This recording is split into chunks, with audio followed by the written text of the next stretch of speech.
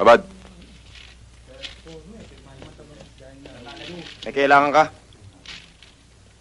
anak ako ni Sargento Ronquillo. Ikaw pala si Adan. Turente, mamaya na tayo mag-usap. Okay. Tungkol saan to, Adan? Tungkol kay Totoy Kulit. Asset siya ng tatay ko eh. Napatay siya ng isang gabi. O ngayon, anong problema?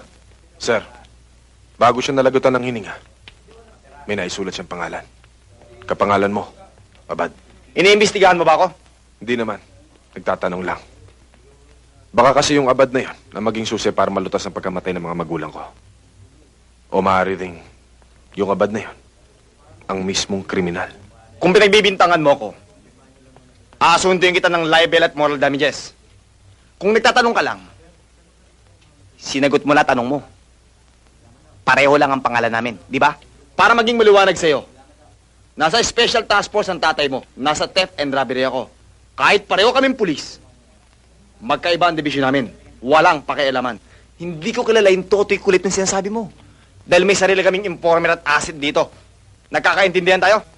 Alam mo, bata, ang lakas ng loob mo mag-imbestiga. Dito pa sa loob ng opisina ko,